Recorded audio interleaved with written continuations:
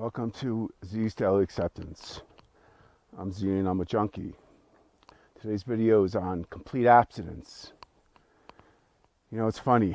This guy came up to me one time at a meeting and he was telling me about how he wanted to, chase some girl out in Iowa that he just met, last week. And he was ready to leave everything behind to go chase this obsession that he had.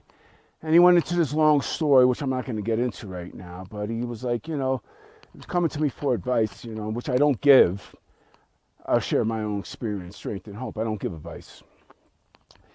What I told him was, he says, well, what do you think? I said, well, I think the obsession's real.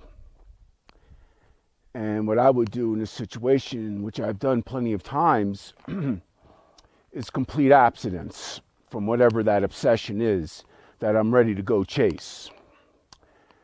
So complete abstinence, I knew to tell him that. I knew to tell him that because I know when things are too close, I can't see. Okay, and I know complete abstinence, when I first came into these rooms, putting down my set, because I'm a junkie, that's what I do, okay? Putting down my set, I had to have complete abstinence from that set. Because, like I said, when it's too close to me, I can't see. There's no clarity. And that set, well, let's see how close that set was to me. It was in me. Okay, that's how close that set was. So for any clarity to come, and any recovery to come, complete abstinence. I needed complete abstinence from that. And through that experience and that strength and that hope that I got by giving complete abstinence to that set, I've learned to do it with other things in recovery. Now that I'm counting years instead of days, I've had a chance to actually use that complete abstinence in recovery. Let's see another thing. What else could get so close that I can't see? Family. I have a complete abstinence boundary, okay, set up with the 4 individuals that are left walking this planet that are part of my family in which I grew up in. They all use, one has a food addiction, the other one has a sex addiction, the other one has a drug addiction, and they're not looking to do anything about it. So I need complete abstinence. And I've had, just for today, complete abstinence from them for years. Just for today. When the God of my understanding tells me something different, then I'll go on that. Until then, just for today, I'll have complete abstinence. And that's another thing to understand about complete abstinence. Sometimes you need complete abstinence just for today. And see what tomorrow brings with that. And if you need it again with the situation you're dealing with, you exercise complete abstinence again. Because when these things are so close to us, we can't get any clarity until we put up a boundary of complete abstinence. In these years at the complete abstinence boundary that's been set up with my family, the God of my understanding has revealed to me over and over and over, periodically throughout the years, of why that is so and why that complete boundary is set up. I could never know what I know right now if I didn't have a complete boundary set up to the 4 members of my family that still walk this planet. I have great clarity on why just for today, I have complete abstinence. Just like I have great clarity on just for today, why I have complete abstinence from my set. If I didn't have complete abstinence from my set,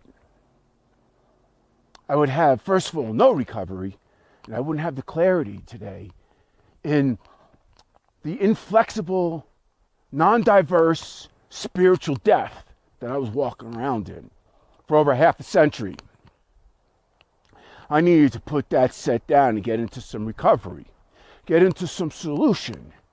That complete abstinence was my first real acceptance, my first real honest acceptance that I had to get with. I had to get honest about that set was killing me. Food might be killing you. Gambling might be killing you. Sex might be killing you. Alcohol might be killing you. Codependent relationships, whoa, watch out. Okay, serious complete abstinence in those. Resentments are born out of those only that murder could quench, figuratively and sometimes literally.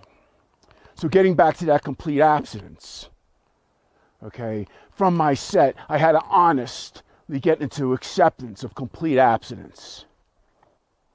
That was probably, once again, my first complete abstinence from anything, okay, because more was always better.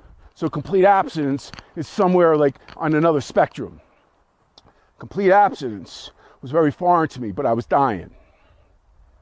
So putting down my set, okay, and honestly getting with that and into acceptance of complete abstinence. So what is acceptance?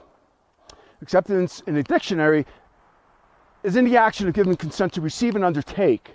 Well, to me, to this addict, okay, when I honestly get with something and then I need to get an acceptance about that honesty, I'm in action of giving consent to receive the power of the God of my understanding.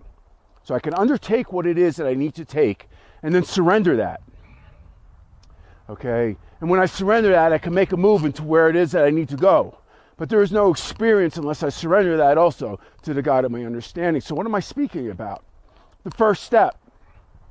Those are the first three majors in that first step. Those are the three major spiritual principles in that first step. I understand other principles are introduced, but those are the three major principles in that first step. That honesty, that acceptance, and that surrender. It's crucial. So getting back to what this video is on complete abstinence. It will set you free and keep you free from situations that I could get no clarity on other than if a complete abstinence boundary was set.